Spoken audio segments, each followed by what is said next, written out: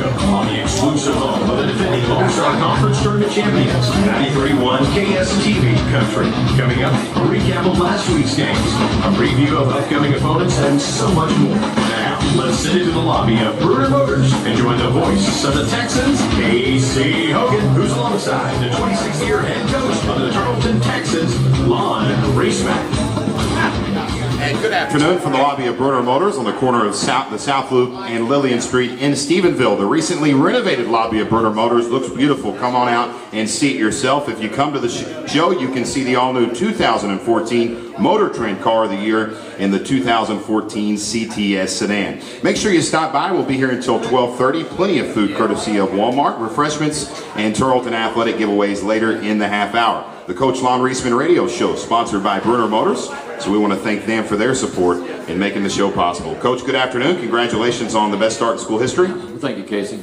Let's get started by going through that schedule, Coach. You're 12-0 right now, ranked number 9 in the nation. We don't have time to talk about every game, but let's kind of pick and choose a few of these here. You opened the season against Southwestern Adventist on November 9th, 118-54 win. Then it's the Whataburger Texan Tip-Off Classic. You beat St. Ed's by 17. And then let's talk about that win over Bloomfield. An impressive win by 30 points considering they were in the Elite Eight a few years ago. Well, we knew they were going to be a good team coming in, Casey. We were surprised, that they wanted to come this far west, and they went to the, they went to the NCAA tournament last year, went to the, like you said, the Elite Eight the year before, and I looked at their record the other day, and I think they're 4-1 in their conference right now, and they're putting their season, they're having a good, successful season. So we knew that they would be a very, very tough team to bring in, and especially that early in the season. So then after the win over Bloomfield, you were ranked for the first time in the nation, for the first time in the season, 24 in the nation. You beat Arlington Baptist, then Dallas Christian. Then you get East Central by 21, Oklahoma Panhandle State on December 4th, 90-35. Then on December 17th, Coach, before you go to Vegas, your home game, you beat McMurray 89-83. And that game against McMurray is the closest win you played all year. Well, McMurray, you have a new coach. He does a great job. He's under the Bob Knight system. There's no doubt about that. Run a tremendous motion game. I was watching their scores. They've been very, very competitive everywhere they had played. And that's that 12-day layoff that you and I have talked about before. We hadn't played. Exams were there. We hadn't played in 12 days. We were really in a flow of a good tempo. And when we had to take that break, and McMurray came in and really played us an outstanding game, and a game that we really had to play hard to win. So then you head to Las Vegas to the South Point Holiday Hoops Classic. You would beat Central Washington 75-71. They had a good team and one of the best players in the nation. They have a very outstanding team. We played them years ago out there. They beat us 70-62, and their coach has been there for a long time. I think he's been there 20-some years too, and did just a great job. They're in a great conference in that league, and they really play a tremendous schedule. And we knew that going to Vegas was going to be kind of a barometer for our team. I really didn't have a feel where we had been at the time. I know we had won a lot of ball games, but I knew the East Central game was a little better win than we thought it was when they beat they went on the road and beat Arkansas Tech and I can't remember who it was, Monticello or Harding. And the Midwestern got beat over in that area, so we knew that was a win. But we really still hadn't been on the road playing against a quality team like Central Washington, and that was a big win. Now the game a lot of folks had highlighted when the schedule was released a few months ago was Western Washington, because we know they won the 2012 National Championship. Yes. They were the number 5 team in the nation, Coach. You beat them by 17 points, an impressive win. Yeah, Casey, they really have a great basketball team. We knew how good they were because they beat Metro early in the year, and Metro is really, really good, and they beat Metro 72-69. And it was kind of a game that we really wanted to play to see where we were nationally and could we compete with a team of their. We knew we would compete. I just wanted to see where we were on talent level with them. And they came in rolling. They were 8-0 coming into that tournament, really playing very, very well, and went to the Final Four last year. Won the national championship the year before. Western Washington has a big-time reputation in Division II basketball, and to go out there in Vegas and beat them on that neutral floor out there was a big step for our program in the right direction this season. How tough is it when you go to Vegas to keep guys focused? I mean, there's so many distractions. There's the Strip, there's the casino, there's the movie theater, bowling. Is the team that stays focused the team that's going to do well? Well, I think that whole period in December is tough, exams, staying focused and everything. But I thought our kids did a good job out there. We were very busy while we were out there. We did a lot of practicing. We did a lot of film work, in the evening. So, we tried to give them a little bit of free time.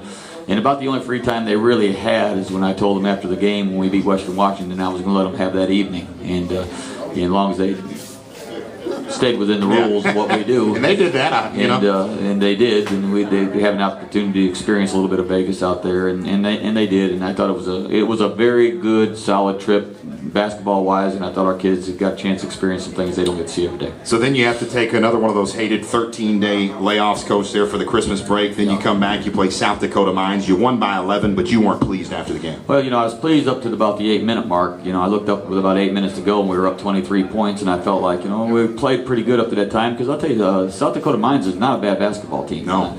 They have some good players, and they lost to Cameron by 2 the next day. Yeah, they lost to Cameron by 2 the next day. The Eastern New Mexico beat them like 5 or 6, and I knew they were going to be a competitive team. But I just thought the last, I looked up there with about 6 minutes to go, we're up 20, and then I just thought in our last 6 minutes we kind of lost our focus and our intensity, and kind of just didn't play the type of basketball we had played for up to that 20, up to 34 minutes of basketball, and so I was disappointed, and I kind of expressed that in the locker room after the game. So you're 11-0 entering the conference opener on Wednesday night at home against Angelo State, a team under first-year head coach Chris Beard that was 10-2. They took an early 13-point lead. What did you think was the turning point? Well, it wasn't that we weren't focused to play. I thought we were just maybe a little bit too keyed up. I think we were really keyed up to play that game, and they had just beaten UTEP on Saturday night, 75-70. And when I looked at that film, and we knew that they had UTEP down actually 16 points in that game in the second half. And you have a WAC school, the reputation of UTEP, and they're out there beating UTEP, and they're coming to our gym the next, to open up the conference. It'll get you a little bit tensed, and. But I thought our kids, we called timeout, we refocused, and we were down 28-15. And sometimes things are, you look at things a little differently. I don't want to get down 28-15 every ball game, but I wanted to know that our team would fight through that and come back in that game. And I always felt like we did, and our kids did. And one thing we have going for us right now, Casey, is this team's been in a lot of big games. I mean, we have 4 starters back, actually 5 if you want to count. Church played a lot of games last year. And this team's been in a lot of big games. They've been in championship games in Allen. They competed for a conference championship. So they have been together a while, and I think that helped us come back the other night. And it was good to see our kids were not going to just let that game get away from us. We came back and took the lead before halftime, and in the second half we just played like we were capable of playing. Wasn't even close at the end. It was an 80-54 win over Angelo State. All of this adds up to a 12-0 start to the season, number 9 ranking in the recent top 25 poll. And this past Thursday, Coach, you're named the Coach of the Month in Division II basketball by D2 Bulletin. That's a huge honor. How much of that credit goes to your coaching staff? Well, it really, I'm just one piece of that thing, and that's what I think people understand that in this community, Casey. I'm just one piece of that. It goes to Rod Cole, who does our strength and conditioning. It goes to Pedro Rodriguez, who does the athletic training. Marlon Cloudy just joined our staff this year and has done a great job coming in, and T.D. Harrell's our graduate assistant. T.D.'s does it, but I got to put a lot of that focus on Chris Reisman. I'm sorry, I've got to do that. I'm not going to, he's the associate head coach, and we wouldn't be where we are today without Chris. Now that's all there is to it. You've been to our practices, and you've been to his game preparation. I've had 2 or 3 coaches tell me in this league, I wish you'd get rid of him because he's worth 7 points before the game's even tipped up, because he's such a perfectionist in the way we break down film and in our walkthroughs, and just fortunate to have him here, Casey, because he does a tremendous job, tremendously loyal to this university. Watching him in practice, he's a guy that if he wasn't here would not only be a head coach, maybe not in the conference, and he might be a head coach in Division I. Good. There's no doubt about Chris is to that point right now in his career, Casey, that he's going to have a tremendous career as a head coach, and the players respond to him very, very well, and he and I have such a great mixture together on what we, how we see things and how we do things, and he's not afraid to tell me how he feels about things sometimes, and I think that's that's good. That, you're not a yes person all the time. That we have some discussions and we have some disagreements, and but it's good to know that we look at things like that and we can work together like that, because that helps us get better. And Marlon coming in this year has added to our chemistry, and that's been great for us, and he's been a great role model for our student athletes. There's no doubt like that. Marlon's a great role model for our student athletes, and right now our chemistry and our coaching staff has been tremendous, and that's why we're 12-0. It's just not our players, but it's our players responding to the coaching staff, and that's half your battle right there. They believe in the coaching staff. We believe in our players. And it's been an enjoyable time up to now, and we know that the tough times are ahead of us, though. One of the big reasons for Tarleton's success has been the play of senior point guard Chuck Guy. And I'll talk to Chuck next when the Coach Lonn Reisman radio show continues right after this. Hi, this is Greg Bruner. The Coach Lonn Reisman radio show. I'm your host, Casey Hogan, and it's time for our first Texan player spotlight of the season. So let's give a hand for all Lone Star Conference first team selection and two-time player of the week this year, senior point guard Chuck Guy. Chuck, thanks for being here.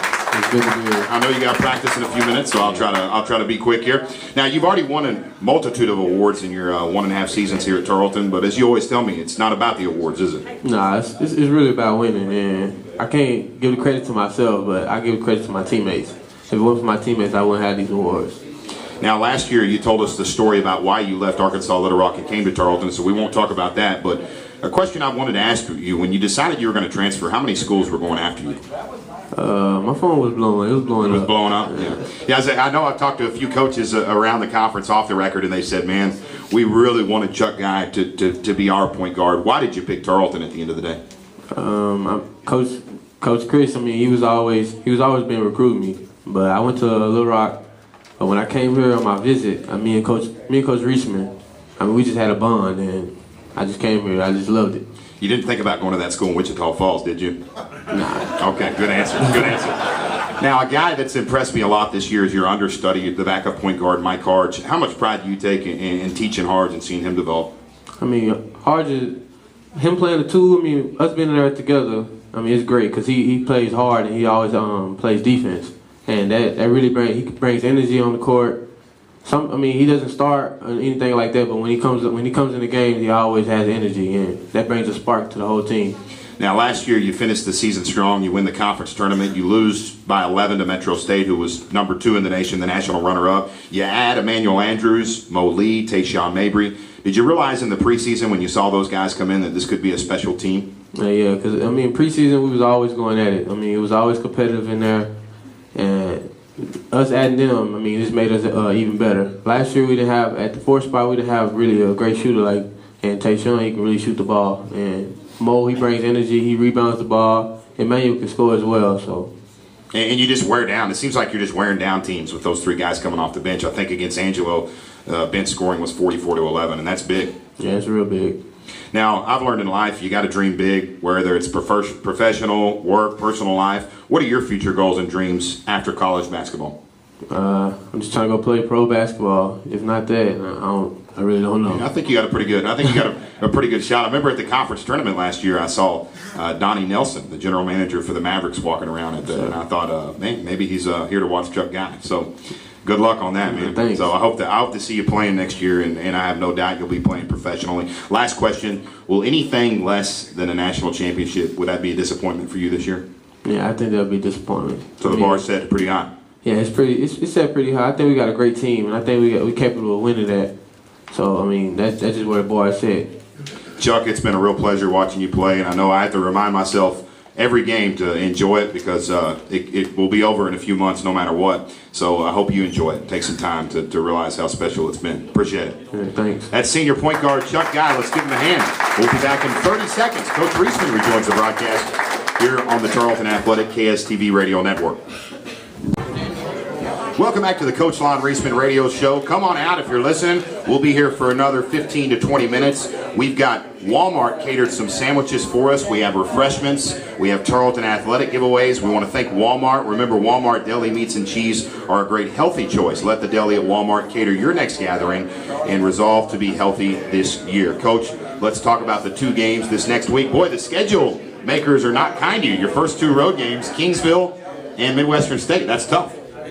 Casey. I mean, it's going to be the type of games on the road, and they're all going to be tough. You and I know that. We went to Kingsville last year, lost a real tough ball game in Kingsville last year, and you know what you have to do is you just got to really look at it. And I hate to say this is almost a cliche. You hear a lot of coaches say this, but you just can't. You just got to take one game at a time and focus in on Kingsville right now. We know what's behind us. Ahead of us. And it's the same for every team. I'm glad we're on the road right now. Personally, we're not in school yet. We start school Monday. We're taking a long trip to Kingsville, and we've been able to come in this morning and do a walkthrough, which we usually don't because we have school at this time. So it's a good time to get away and get on the road and get after it again and see how we do it. How we're going to play on the road in the conference. So first up, it's Pete Peterson's Javelinas on Saturday from the Steike Center. Fans, that's a 2 o'clock tip-off. No, sorry, 3 o'clock tip-off. Thank you, Coach. Javelinas 5-8 on the season, 0-1 in conference action. They lost to Commerce on Wednesday night by 2 points, but it seems like every time you go down there, it's a tough game, doesn't matter what the record is. Well, they're always tough down there when you take that 6-7 hour drive down there and you're overnight and things are a little different. And you know, Pete is a very good coach. Pete does a good job of preparation, and he'll have his game plan put together as we'll have our game plan put together, and he'll have some good talent down there. And I mean, they have some impressive wins this year. One is at Colorado Pueblo. They played Metro, but the next night they came back and beat Colorado State University Pueblo up in Colorado, and that team is right in the middle of the mix of that conference right now. And so, you know, they lost to St. Mary's, who was in the regional finals last year against Metro, 51-52. They have got some impressive wins. They go to Commerce the other night, lose by 2. Commerce has got a tremendously improved basketball team this year. You know, it's going to be a very, very tough battle for us down there. And they've got the #1 scorer in the Lone Star Conference and senior guard Rashad Basie. How difficult of a matchup? Well, you know, he is a difficult matchup because he shoots almost 45% from 3. But he's able to put the ball on the floor and go score in transition and go score all their offense also. So, you know, and on top of that, he's almost a 75% free throw shooter. So he's a very tough matchup. He's, you know, that he can, you know, and he's a pretty physical young man. He's almost shooting 50% from the floor. So, you know, he's got all the intangibles. He does a great job with their team, and he's going to be a very tough matchup for us, Casey. Yeah, and I'm sitting there doing my scouting for the broadcast, and they've got a new guy in. I forgot his name off the top of my head, but he came from George Washington, Dwight Taylor. So they get this Division I transfer from George Washington. Big kid. He's come off the bench and played pretty well. Yeah, and it gives him another big body inside, and you know, he's somebody that, you know, we haven't seen a lot of, and you know, it's somebody that we're going to have to be ready to play against. He's a Division I transfer. He's a young man who's played in big games. So again, we're going to have to be ready to counteract with him. So then the Texans will turn around on Wednesday and make the trip to Wichita Falls to take on the Mustangs of Midwestern State. Coach Haggerty's squad 10-4 on the season. And Coach, they're off to a very impressive start in conference play. They've won at Canyon and in Commerce. Yeah, you know, it doesn't surprise us, Casey. I mean, it's going to be another year where they're going to be a very, very good team. They won in Commerce, and Sammy has a very improved team. And I talked to Sammy. It's a game that he felt they let slip away. And then over in West Texas the other night, of course, it's, you know, I think West Texas had about 3 starters out in that game, and that probably hurt them somewhat. There's no doubt. But you know, they're on the road. They won 2 road games, and now you just got to. We have to match those type of things. We have to get on the road and win ourselves. Now, their senior point guard Monzago Williams. Tarleton fans didn't see him in the spring last year. He wasn't eligible. But he's a heck of a player, Coach. He had 27 against Commerce. Yes, you know, I mean, he's one of the top point guards in this league too, and I've seen him play in Vegas, and he will be a young man that will be potentially a first-team all-conference player this year, and so we know we have our work cut out for us when we play Midwestern next Wednesday. And that's a very tough environment to go in. D.L. Ligon Coliseum. You got to give them credit. They do a good job, and it gets loud there. It does, and you know, we've had a big rivalry with them. There's no doubt about that, and you know, again, we're gonna have to go in there and with a mindset that we're ready to play and be prepared, and you know, all these games are going to be like that, Casey, the rest of the year. And nothing against Midwestern State, but I wanted to ask you this question. It seems like at Tarleton, during your 26 years, there's been so many different rivalries. I remember when I was a student, it started with West Texas A&M, and then it became Central Oklahoma, and now it's Midwestern. But the one constant is Tarleton's had a pretty good program the entire way. Well, you know, we have, Casey. I mean, we've been right there. I can't tell you how many times we played for the conference championship in the last 10, 12 years, and the conference championships that we've won, regular season, North Division, South Division championships. You know, our program has sustained a tradition of winning, and that's what's most important. And we're proud of what we've done and what we've put together. This is a great group of kids that have taken on that tradition this year, and when we're anxious to see where we might be here by the end of the season.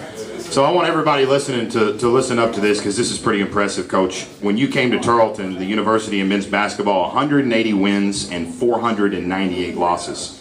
26 years later, Tarleton's now 7-22 and 7-24. So if you sweep these 2 teams this week, which won't be easy, Tarleton will be 500 all time. That's a heck of an accomplishment, Coach. You probably never thought when you came here that that would be possible. Well, it's been it's taken 26 years to get there, Casey. No, when it's 180 and 500. When it's 180 and almost 500 losses. It's a big hole to get out of. It's a big hole to get out of, and it's been, you know, somebody asked me that this morning. I can't put that into words because when they became a senior college in '61, I came in '88. I think it was 180 wins and almost 500 losses here.